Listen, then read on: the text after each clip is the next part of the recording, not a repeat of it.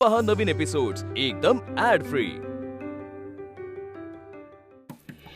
तन्मय काय झालंय? का असं वागतोय? दरवाजा उघड प्लीज. तनू दार उघड रे बाळा. तन्मय काकू काय झालं? तन्मय दरवाजा का उघडत नाहीये? बघ ना कसं विचित्र वागतोय. अगं आदळ आपट केली एकदम आणि दरवाजा बंद करून घेतला. मी विचारायला गेले तर बघ ना कस. तन्मय बघ ना हातून काहीच बोलत नाहीये. मला खूप टेन्शन आलंय नेत्रा. आधीच आपल्या घरात काय काय गोष्टी घडतात. तन्मय प्लीज दरवाजा उघड ना. तन्मय उघडेल तो दरवाजा उघडेल. मला सांगा तो नक्की काय चिडलाय? वहिनी प्लीज खरं सांग. तू काही बोललीस का त्याला? तू तुझ्याच बेडरूम मध्ये होता ना. काही वाद झालेत का तुमच्यात? का वाद होतील आमच्यात? काही काय विचारतेस? जरा गप्प राहा. तन्मय आधी भाऊजी. तन्मय दार उघड. काय झालं? अजून दार उघडलं नाहीये. मला खरंच खूप भीती वाटते. का दार लावून बसला असेल? तनू तन्मय, तनू आधी तन्मय उगाच रागवणाऱ्यातला मुलगा नाहीये रे. रुपाली वहिनी आता तरी खरं बोल. तूच बोललीस ना त्याला. काय पुन्हा पुन्हा तेच तेच विचारतेस केतकी? तुझ्यावर विश्वास कसा ठेवावा ना हा प्रश्नच आहे. म्हणून पुन्हा पुन्हा विचारते. तुम्ही दोघी जरा प्लीज शांत बसता का? मी बघतो काय करायचं ते. तनू, तनू दार उघड. मी येतोय. तू ऐकणार नाहीयेस का माझं? पण तनू मग मी चिडे ना तुझ्यावर बोलणार नाही तुझ्याशी. And I am dam serious. चल मी 3 पर्यंत काउंट करतोय. तू दार उघड लवकर. 1 2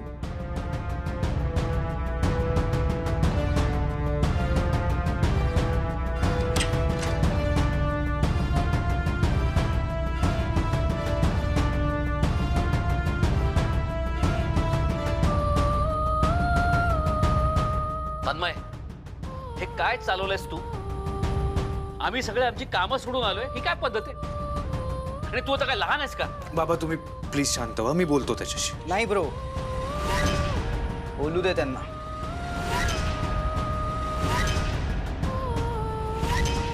आय डिझर्व इट. तनू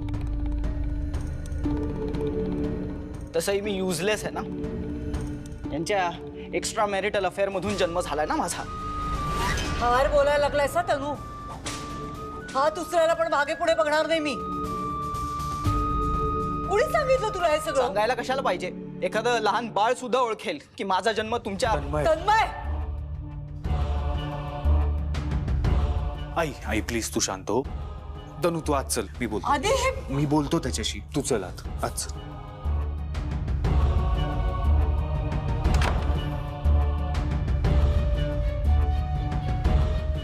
तनू आला होता बेडरूम मध्ये आपल्या. मी त्याला सांग.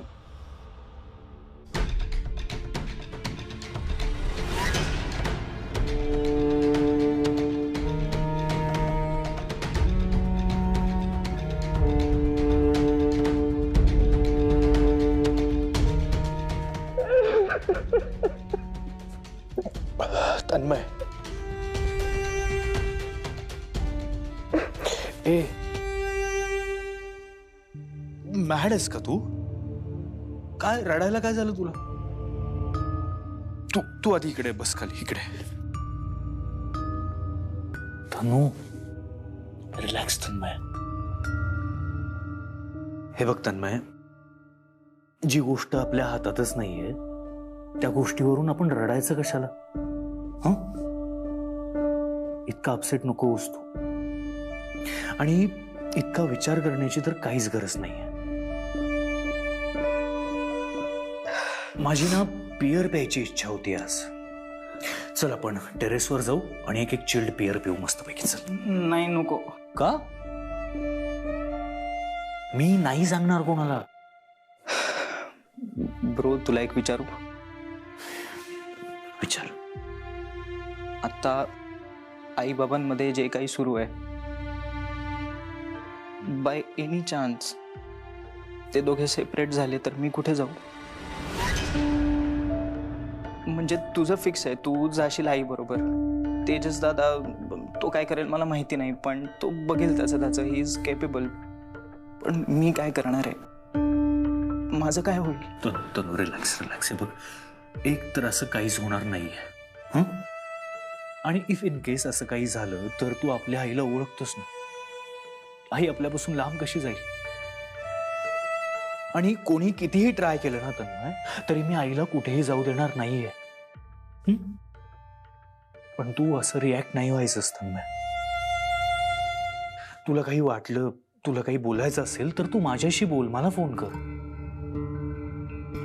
आता तुला सगळे सांगतील की तू अभ्यास कर, या सगळ्यात नको पडूस तू. आय नो हे खूप डिफिकल्ट आहे तन्मय, पण मी तुला एवढंच सांगेन की यातल्या कुठल्याच गोष्टीचं तू टेन्शन घेऊ नकोस. सॉरी नाही. पुन्हा असं रिॲक्ट करशील ना तू, मी बाबांना सांगून टाकेन तू चोरून बिअर पितोस. ए ब्रो, आर यू सिरियस? अरे मी एकदाच बिअर ट्राय केली होती आणि तेव्हाच नेमकं तुम्हाला पकडलं होतं. प्लीज यार. Relax Tanmay, I am just kidding. मी कोणाला काहीच सांगणार नाहीये, पण तू इथून पुढे असं रिॲक्ट नाही व्हायचंस. थँक्यू. थँक्यू काय?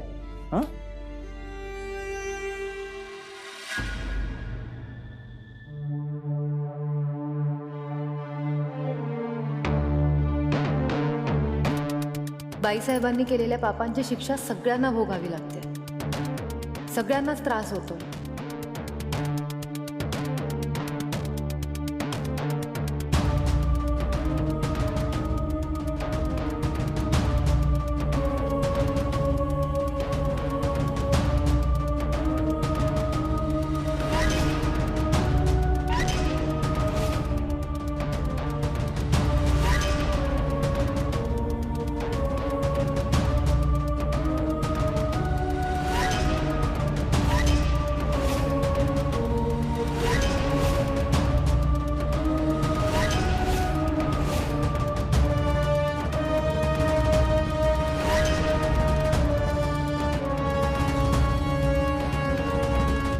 ग्रंथ,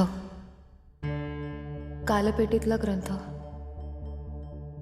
संकेताबद्दल आबांना कळवायला हवं.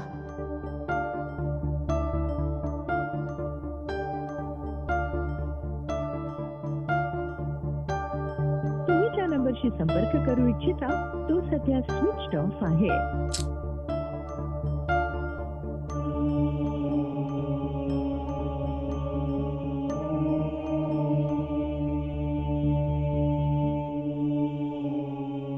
कोणीतरी ग्रंथ उघडताना दिसतंय. म्हणजे तो ग्रंथ नक्की कोणाकडे तरी आहे आणि तो एका स्त्रीचा हात आहे. त्या हातातल्या धाग्यावर देवी आईचा टिळा आहे. देवी आई, याचा अर्थ ती स्त्री तुझीच भक्त आहे. पण कोण असेल ती?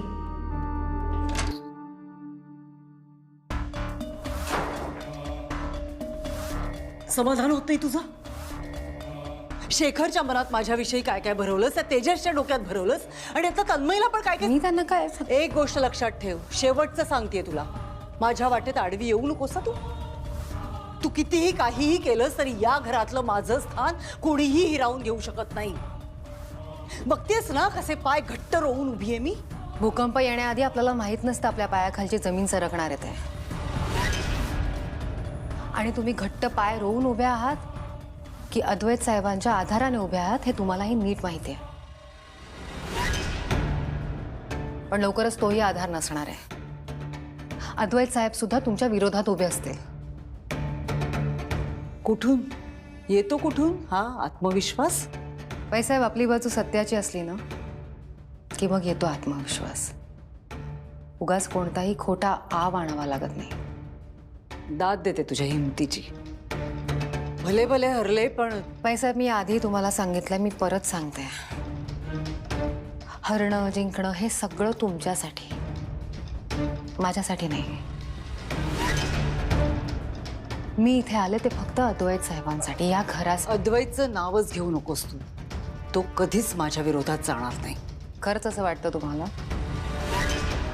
कधी वाटलं होतं शेखर साहेब, तेजस साहेब तुमच्या विरोधात जातील? नाही ना, पण झालं. अद्वैत साहेब सुद्धा असं चॅलेंज देते मी तुला. अद्वैतला माझ्या विरोधात उभं करून दाखवच. हवं तर या त्रिनेना देवीला घे तुझ्या मदतीला. बघूया काय होतं. काहीही करू शकणार नाहीस तू.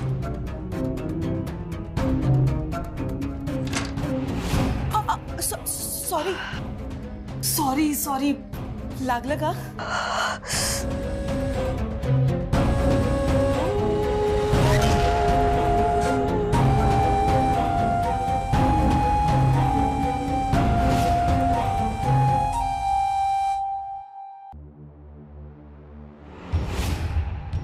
सॉरी, लागलं का?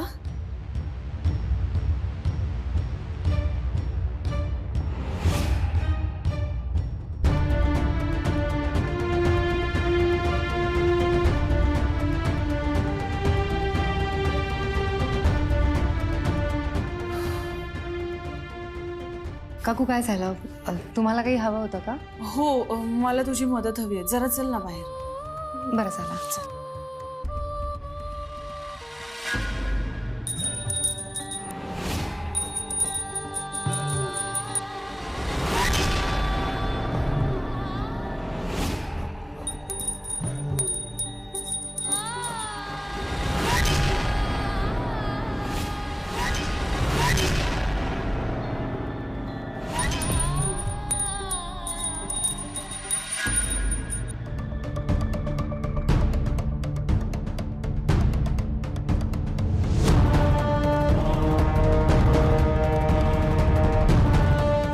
तन्मय काय म्हणाला?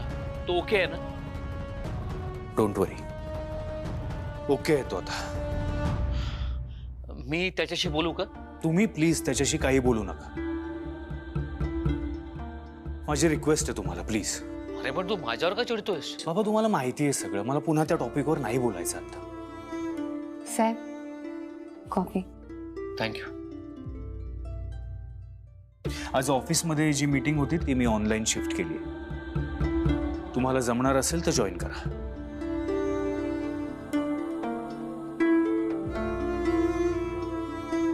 पाहिलंच ना माझ्याशी कसा वागतोय. मी त्याच्याशी बोलण्याचा प्रयत्न केलाय पण तो रुपालीमुळे ना आमच्या नात्यात दुरावा निर्माण झालाय. साहेब, असं काही होणार नाहीये. अद्वैत साहेबांना नात्यांची जाण आहे. तो माझ्याशी धड बोलत सुद्धा नाहीये. हो, मला दिसतंय ते. पण साहेब, आपण एक गोष्ट समजून घ्यायला हवी की अद्वैत साहेब जे काही करतायत ते सगळे एका नात्यासाठी करतायत.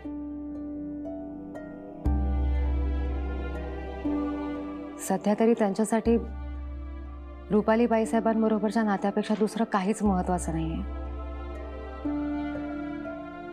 त्यांचा खूप जीव आहे रुपालीबाई साहेबांवर आणि म्हणूनच रुपालीबाई साहेबांसाठी काहीही करायला ते तयार आहेत. पण हे नाती जपण्याचे, नाती टिकवण्याचे संस्कार त्यांच्याकडे ममता मावशींकडूनच आलेत. साहेब, ते कितीही रागवले ना तरी त्यांना आपली खूप काळजी आहे. आताच बघा ना, तन्मय साहेब ठीक आहेत हे सांगायला खाली आले. कारण त्यांनाही माहिती आहे जोपर्यंत तुम्हाला कळत नाही की तन्मय साहेब ठीक आहे तोपर्यंत तुम्ही स्वस्थ बसणार नाही. आज सकाळी मी सुद्धा त्यांच्या मागे गेले होते गाडीवरून, तेव्हा त्यांना ते अजिबात आवडलं नाही. खूप रागवले माझ्यावर. पण माझी काळजी वाटते म्हणून गाडी हळू चालवत होते. अद्वैत साहेब नाही बदलले साहेब. आपल्याला फक्त रुपालीबाई साहेबांविरुद्धचे पुरावे लवकरात लवकर त्यांच्या समोर आणायचे आहेत.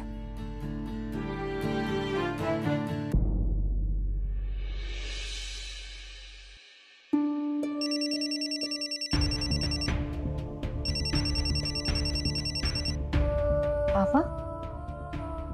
हॅलो आबा, काय मी कधीचा फोन करते तुम्हाला, तुमचा फोनच लागत नाहीये. काय झालं, सगळं ठीक आहे ना? नेत्रा बाळा ग, हा फोन किती जुना झालाय आता. मला तर काही कळतच नाही बघ या फोनचं. असो, तू बोल, फोन का करत होतीस? आबा मला आज देवी आईने एक संकेत दिला. त्या संकेतात मला कालपेटीतला तो ग्रंथ दिसला आणि तो ग्रंथ एका बाईकडे आहे. ती बाई तो ग्रंथ वाचत होती. काय? कोण होती ती बाई? कोण होती मला नाही माहित. म्हणजे मला चेहरा नाही दिसला त्या बाईचा, मला फक्त हात दिसले. बाळा, ती बाई म्हणजे रुपाली बाई साहेब तर नसतील ना? नाही नाही आबा, रुपालीबाई साहेबांचा हात नव्हता तो. आणि तसंही मला नाही वाटत तो ग्रंथ आता रुपालीबाई साहेबांकडे असेल. तो जर त्यांच्याकडे असता तर. बोल नेत्रा, बोल. बाळा, नक्की काय वाटतंय तुला? आबा, त्या ग्रंथामुळे एवढं सगळं घडलंय. मला नाही वाटत बाईसाहेब तो ग्रंथ आता स्वतःकडे ठेवतील, पण तो ग्रंथ नक्की कुठेतरी आहे. आबा, अनिल म्हात्रे गेला तेव्हा त्याने सुद्धा हेच सांगितलं होतं की ग्रंथ कालपेटीत होता. त्याने कालपेटी चोरली, हेमाने तो ग्रंथ वाचला म्हणून ती गेली. आबा, हेमा पुण्यातच होती. ते तिघही एकत्र होते. रुपालीबाई साहेब, हेमा, अनिल म्हात्रे तिघही एकत्र होते. आणि मग हे मृत्यूचं चक्र सुरू झालं त्या ग्रंथामुळे. अगं, पण हेमा त्यांना का सामील झाली असेल? मला नाही माहित आबा, पण शोधेन मी. त्याचंही उत्तर लवकरच शोधेन. पण त्याही आधी त्या ग्रंथात नेमकं काय आहे ते शोधावं लागेल. कारण मला संकेतात फक्त 4 ओळी दिसल्या आणि त्या 4 ओळींवरून मी नाही अंदाज बांधू शकत काहीच.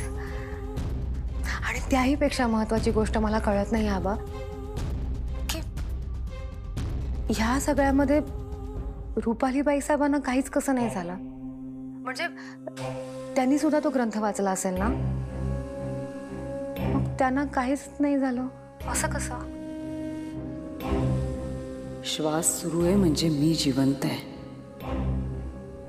आणि मी जिवंत आहे म्हणजे त्यामागे नक्कीच काहीतरी निमित्त आहे. हे सर्व तिच्या इच्छेनुसार सुरू आहे. जन्म मृत्यू तिच्याच हातात आहे.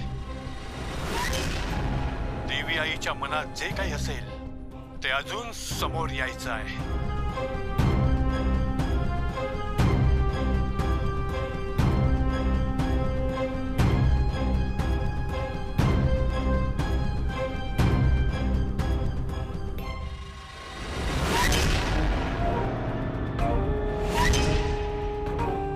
काहीतरी घडणार.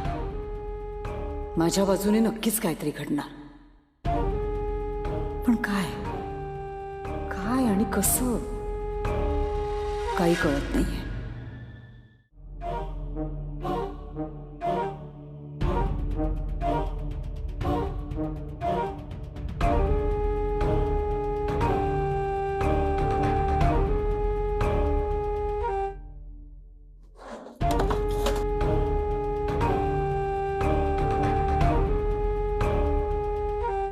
बेडवरनं उठ.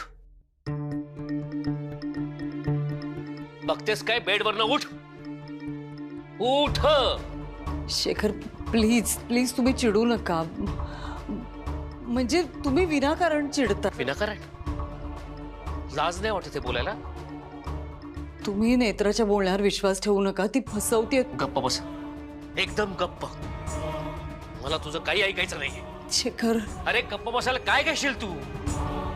तू जा ना या बेडरूम मधनं. शेखर, तू हॉल मध्ये सोफ्यावर जाऊन झोप जा. काय हवं ते कर. नको ना शेखर, प्लीज प्लीज असं नका करू. अरे तुला कुठल्या भाषेत समजावून सांगू मी? तू मला माझ्या डोळ्यासमोर नकोयसा. तसेही तुझे काहीच दिवस राहिले त्या घरात. निघ. नका ना असं वागू शेखर, प्लीज. मला खरंच खूप त्रास होतो. तुम्हाला माहितीये ना माझं किती प्रेम आहे तुमच्यावर. लांब लांब राहा. मला स्पर्शही करायचा नाही. तुझ्या या गोड बोलण्याला आता मी फसणार नाहीये. बघतेस काय? Get out. चल निघ.